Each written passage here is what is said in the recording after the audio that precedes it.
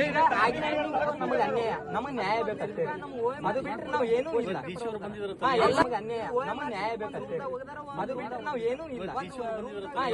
ಇವತ್ತು ತಿಕೋಟದಲ್ಲಿ ನಡೀತಕ್ಕಂಥ ಶಾರದಾಂಬಾ ಪದವಿ ಕಾಲೇಜಿನಲ್ಲಿ ರಾಜ್ಯ ಕಾಂಗ್ರೆಸ್ ಸರ್ಕಾರದ ಆಡಳಿತದ ವೈಫಲ್ಯ,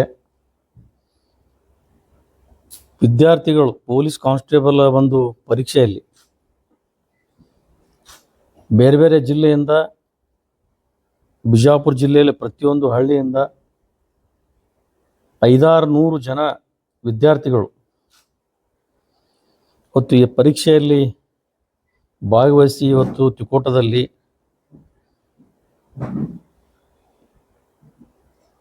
ನೇಮಕಾತಿ ಪರೀಕ್ಷೆ ಯಾವ ರೀತಿ ನಡಿಬೇಕು ಅನ್ನೋದು ಇಡೀ ಜಗತ್ತು ಜಾಹೀರಾತು. ಸಂಪೂರ್ಣ ಹಾದಿ ತಪ್ಪಿ ಅಕ್ರಮ ಮತ್ತು ವ್ಯವಸ್ಥೆಗಳಿಗೆ ಸಾಕ್ಷಿಯಾಗಿದೆ. ಪ್ರಾಮಾಣಿಕ ಮತ್ತು ಪ್ರತಿಭಾವಂತ ವಿದ್ಯಾರ್ಥಿಗಳಿಗೆ ಇವತ್ತು ಬಹಳ ಕಾಂಗ್ರೆಸ್ ಸರ್ಕಾರ ಬಹಳ ಅನ್ಯಾಯ ಮಾಡಿದೆ. ಜೊತೆ ಇವತ್ತು ರಾಜ್ಯ ಸರ್ಕಾರದ ಕಾಂಗ್ರೆಸ್ ಸರ್ಕಾರದ ಅಲ್ಲಂತರೂ ಯಾರೂ ಮಂತ್ರಿಗಳಿಲ್ಲ.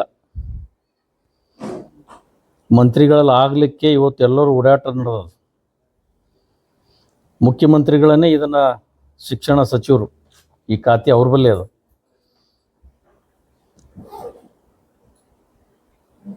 ಈ ವ್ಯವಸ್ಥೆ ಯಾವ ವಿದ್ಯಾರ್ಥಿಗಳು ಕಲೀಲಿಕ್ಕೆ ಬಂದ, ಅಭ್ಯಾಸಕ್ಕೆ ಬಂದ, ಯಾವ್ದು ಎಕ್ಸಾಮ್ ಬಂದ ವಿದ್ಯಾರ್ಥಿಗಳಿಗೆ ಲಾಠಿ ಚಾರ್ಜ್ ಮಾಡಿ ಅದರಲ್ಲಿ ಇರ್ತಕ್ಕಂಥ ಒಂದು ಕ್ವಶನ್ ಪೇಪರ್ ಕೂಡ OMR ಅದ್ರ ಬಳಿ ನಂಬರ್ಗೂ ಅದಕ್ಕೂ ಏನೂ ಟ್ಯಾಲಿ ಇಲ್ಲ. ಅದರ ನಂಬರೇ ಬೇರೆ, ಇದ್ರ ನಂಬರೇ ಬೇರೆ. ವಿದ್ಯಾರ್ಥಿಗಳು ಎಷ್ಟೇ ವಿನಂತಿ ಮಾಡಿಕೊಂಡ್ರು ಕೂಡ 10:00 ಎಕ್ಸಾಮ್ ಶುರು ಆಗಬೇಕಾಗಿತ್ತು. 11:15 ತನಕ ಇವ್ರ ಕೈಯಾಗ ಏನು ಕೊಡಕ್ಕೆ ತಯಾರಿಲ್ಲ. ಆದರೆ ಎಲ್ಲ ವಿದ್ಯಾರ್ಥಿಗಳು ರಿಕ್ವೆಸ್ಟ್ ಮಾಡಿಕೊಂಡ್ರು ಕೂಡ ಯಾರೂ ಬಂದು ಕ್ಯಾರೆ ಅನ್ನೋತಕ್ಕಂಥ ಒಬ್ಬ ಯಾರು ಸಂಬಂಧಪಟ್ಟ ಅಧಿಕಾರಿಗಳಲ್ಲಿ ಅಲ್ಲಿರ್ತಕ್ಕಂಥ ಟೀಚರ್ಗಳಾಗಲಿ ಯಾರೂ ಇಲ್ಲ. ತಕ್ಷಣ ಎಲ್ಲ ವಿದ್ಯಾರ್ಥಿಗಳನ್ನು ಎದ್ದು ಹೊರಗೆ ಬಂದು ವಿನಂತಿ ಮಾಡಿಕೊಂಡು ಸಂಬಂಧಪಟ್ಟ ಅಧಿಕಾರಿಗಳಿಗೆ ಅಲ್ಲಿ ವಿನಂತಿ ಮಾಡಿಕೊಂಡ್ರು ಕೂಡ ಅವರಿಗೆ ಎಕ್ಸಾಮ್ದ ವ್ಯವಸ್ಥೆ ಮಾಡಿಕೊಡ್ಲಿಲ್ಲ. ಪರೀಕ್ಷಾ ಕೇಂದ್ರದಲ್ಲಿ OMR ಸೀಟು ಮತ್ತು ಎರಡೂ ನಂಬರ್ಗಳನ್ನು ಚೇಂಜ್ ಅದಾವೆ. ಆ ನಂಬರ್ಗೆ ಈ ನಂಬರ್ಗೆ ಏನೂ ಸಂಬಂಧ ಇಲ್ಲ. ಎಕ್ಸಾಮ್ ಹಾಲ್ನಲ್ಲಿ 250 ಹೆಚ್ಚು ವಿದ್ಯಾರ್ಥಿಗಳು ಪರೀಕ್ಷೆಯಲ್ಲಿ ಕೂತಾರೆ. ಹೊರಗಡೆ ಇನ್ನೂ ಎಷ್ಟೋ ಜನ ವಿದ್ಯಾರ್ಥಿಗಳು 300-400 ಜನ ತಿಕೋಟದಲ್ಲಿ ಇವತ್ತು ಎಷ್ಟೋ ಜನ ನಿಂತಿದ್ರಲ್ಲಿ. ಅಂಥ ಸಂದರ್ಭದಲ್ಲಿ ಅವ್ರ ಸಂಬಂಧಪಟ್ಟ ಅಧಿಕಾರಿಗಳು ಬಂದು ಅವರಿಗೆ ಅವ್ರ ನೋಡಿ ಚರ್ಚೆ ಮಾಡಿ ಅದನ್ನು ಸರಿಪಡಿಸ್ಬೇಕು, ಲಾಠಿ ಚಾರ್ಜ್ ಮಾಡಬೇಕು. ಇದನ್ನು ತಕ್ಷಣ ತಿಳಿದ ನಂತರ ನಾವೆಲ್ಲರೂ, ನಮ್ಮ ಮಂಡಳ ಅಧ್ಯಕ್ಷರು, ನಮ್ಮ ಬಸವರಾಜ್ ಅವರು, ನಾವೆಲ್ಲರೂ ಕೂಡಿ ತಿಕೋಟಕ್ಕೆ ಹೋದೆವು. ನಮ್ಮ AVP ಕಾರ್ಯಕರ್ತರು ಅಲ್ಲಿ ಅವರೂ ಬಂದಿದ್ದರು. ಒಂದು ಅಟ್ಲೀಸ್ಟ್ ಒಂದು ಸೌಜನ್ಯತೆಯಿಂದ ಇವತ್ತು ಪೊಲೀಸ್ ಅಧಿಕಾರಿಗಳಿಗೆ ನಾನು ಕೇಳಲಿಕ್ಕೆ ಬಯಸ್ತೀನಿ. ಎಲ್ಲ ವಿದ್ಯಾರ್ಥಿಗಳು ಕೂಗಾಡಿ ನಮ್ಗೆ ಅನ್ಯಾಯ ಆಗಿದೆ, ಎಷ್ಟೋ ಜನ ಅಳಕತ್ತಿರು. ಸ್ವತಃ ನಾನು ಎಲ್ಲ ಪೊಲೀಸ್ ಅಧಿಕಾರಿಗಳ ಜೊತೆ ಚರ್ಚೆ ಮಾಡಿ ಅವ್ರದ್ದು ಏನಾಗ್ಯದ ಕೇಳಿ ಅದನ್ನು ಸರಿಪಡಿಸೋಣ ಅಂತಂದರೆ ಪೊಲೀಸರು ಬಂದು ಲಾಠಿ ಚಾರ್ಜ್ ಮಾಡಿ ಎಲ್ಲರಿಗೆ ಕರ್ಕೊಂಡೋಗಿ ನಿಡಗುಂದಿ ಅಥವಾ ಆ ಕಡೆ ಎಲ್ಲೋ ಸೋಲಾಪುರ ರೋಡಿಗೆ ಎಲ್ಲರ ಕರ್ಕೊಂಡು ಹೋಗ್ತಕ್ಕಂಥ ವ್ಯವಸ್ಥೆ ಇದು ಪೊಲೀಸರೇ ಒಂದು ರೀತಿ ರೋಡ್ ಮೇಲೆ ಇಳ್ದಂಗೆ ಆಯ್ತು. ಯಾರು ಹೇಳೋರಿಲ್ಲ, ಕೇಳೋರಿಲ್ಲ. ಆದರೆ ಇವತ್ತು ನಮ್ಮ ಕೇಂದ್ರದಲ್ಲಿ ನಮ್ಮ ಸಚಿವರು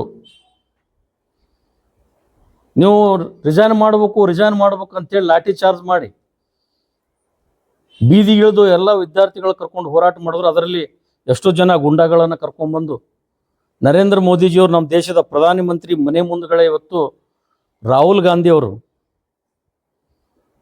ಧರಣಿ ಕೂತ್ರಲ್ಲ, ಅವು ನೀವು ರಾಜೀನಾಮೆ ಕೊಡಬೇಕಂತಂದ್ರಲ್ಲ,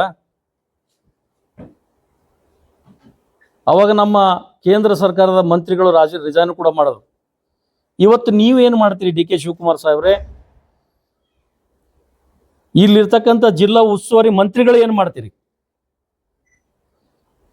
ಈ ಎಕ್ಸಾಮ್ಗೆ ಎಷ್ಟು ಜನ ಕುಂತಾರ ಅಷ್ಟು ಜನ ಪೊಲೀಸರು ಅದಾರ.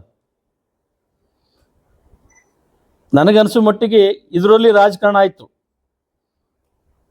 ಪೊಲೀಸರ ಜೊತೆ ಅವ್ರಿಗೇನೋ ಫೋನ್ ಕರೆ ಬಂದಿರಬೇಕು, ಎಲ್ಲರೂ ಓಡ್ಕೋತ ಬಂದು ಎಲ್ಲರ ವಿದ್ಯಾರ್ಥಿಗಳನ್ನು ಇವ್ರನ್ನ ಗಡದು ಜಗ್ಗಿ ಎತ್ಕೊಂಡು ಒಯ್ದು ಗಾಡ್ಯಾಗ ಹೋಗಿದ್ದು. ಇದು ಯಾವ ರೀತಿ ರೀ? ಇದನ್ನು ಇಷ್ಟೊಂದು ಅನ್ಯಾಯ ಮಾಡೋದಾ? ನೀವು ಯಾವ ಉಸ್ತುವಾರಿ ಮಂತ್ರಿಗಳಿಗೆ ನಾನು ಕೇಳಕ್ಕೆ ಬಯಸ್ತೀನಿ. ನರೇಂದ್ರ ಮೋದಿಜಿಯವ್ರ ಬಗ್ಗೆ ಮಾತಾಡಿದ್ರಿ, ಕೇಂದ್ರದ ಸಚಿವರ ಬಗ್ಗೆ ಮಾತಾಡಿದ್ರಿ, ಈಗ ನಿಮ್ಮ ಬಗ್ಗೆ ಯಾರು ಮಾತಾಡಬೇಕು? ನೀವು ಇದಕ್ಕೆ ಯಾರು ರಿಸೈನ್ ಮಾಡ್ತೀರಿ? ಏನು ಮುಖ್ಯಮಂತ್ರಿಗಳು ರಿಸೈನ್ ಮಾಡ್ತಿರೋ, ಏನು ಉಸ್ತುವಾರಿ ಮಂತ್ರಿಗಳನ್ನು ರಿಸೈನ್ ಮಾಡ್ತಿರೋ? ವಿದ್ಯಾರ್ಥಿಗಳಿಗೆ ಅನ್ಯಾಯ ಆಗಿದ್ದು ಇದನ್ನು ಸರಿಪಡಿಸ್ಬೇಕಂತಕ್ಕಂಥ ಭಾವನೆ ನಿಮ್ಮಲ್ಲಿ ಬರಬೇಕಲ್ಲ. ಇಷ್ಟೊಂದು ಕೀಳು ಮಟ್ಟದಲ್ಲಿ ಇವತ್ತು ವಿದ್ಯಾರ್ಥಿಗಳ ಜೋಡಿ ನೀವು ಆಟ ಆಡ್ತಿರತ್ತಂದ್ರೆ ನಿಮ್ಮ ಮನಸ್ಸಿಗೆ ಸ್ವಲ್ಪರ ಏನಾದರೂ ಬೇಕಲ್ಲ. ಅದನ್ನು ವಿದ್ಯಾರ್ಥಿಗಳ ಜೀವನ ನೀವೇ ಹಾಳು ಮಾಡ್ತಿರಲ್ಲ ಅಧಿಕಾರಿಗಳ ಕೂತು ಯಾರ್ದೋ ಮಾತು ಕೇಳಿ. ನಾನು ಎಷ್ಟೇ ರಿಕ್ವೆಸ್ಟ್ ಮಾಡಿಕೊಂಡ್ರು ಕೂಡ ಅವ್ರಿಗೆಲ್ಲನೂ ರೀತಿ ತಿಳಿಸಿ ಹೇಳಿದೆ. ನಾನು ಹೇಳಿದ್ರು ಕೂಡ ಅವ್ರ ಮನಸ್ಸಿಗೆ ಬಂದಂಗೆ ಎಲ್ಲರೂ ಎತ್ತೆತ್ತಿ ಒಯ್ದು ಗಾಡಿ ಹಾಕ್ಕೊಂಡು ಇಲ್ಲಿಂದ 40 ಕಿಲೋಮೀಟರ್ 50 ಕಿಲೋಮೀಟರ್ ಅವ್ರಿಗೆ ಒಯ್ದು ಬಿಟ್ಟು ಬರೋದು ಅಂತ. ಇದ್ಯಾವ ನ್ಯಾಯ ರೀ ಇದು? ವಿದ್ಯಾರ್ಥಿಗಳಿಗೆ ನ್ಯಾಯ ಸಿಗಬೇಕು.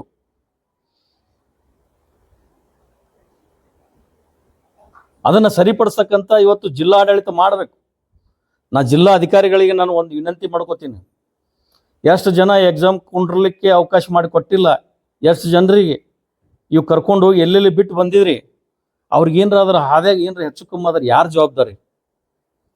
40 ಕಿಲೋಮೀಟರ್ 50 ಕಿಲೋಮೀಟರ್ ಕರ್ಕೊಂಡೋಗಿ ಅವ್ರಿಗೆ ಬಿಡೋಂಥದ್ದು ಏನು ಅವಶ್ಯಕತೆ ಅದು? ಅವರು ತಮಗೆ ಅನ್ಯಾಯ ಆಗ್ಯದಂದ್ರೆ ಅವ್ರು ನ್ಯಾಯ ಕೇಳೋದು ತಪ್ಪನ? ನಿಮ್ಗೊಂದು ವಿಡಿಯೋ ತೋರಿಸ್ತೀನಿ ಯಾವ ರೀತಿ ಆಗ್ಯದಂದ್ರೆ ಆ ವಿಡಿಯೋ ನೋಡ್ರಿ. ನೀವು ಪ್ರಾಕ್ಟಿಕಲ್ ಆಗಿ ಇದು ಆಗಿದ್ದನ್ನು ನಿಮಗೆ ತೋರಿಸ್ತೀನಿ ನಾನು.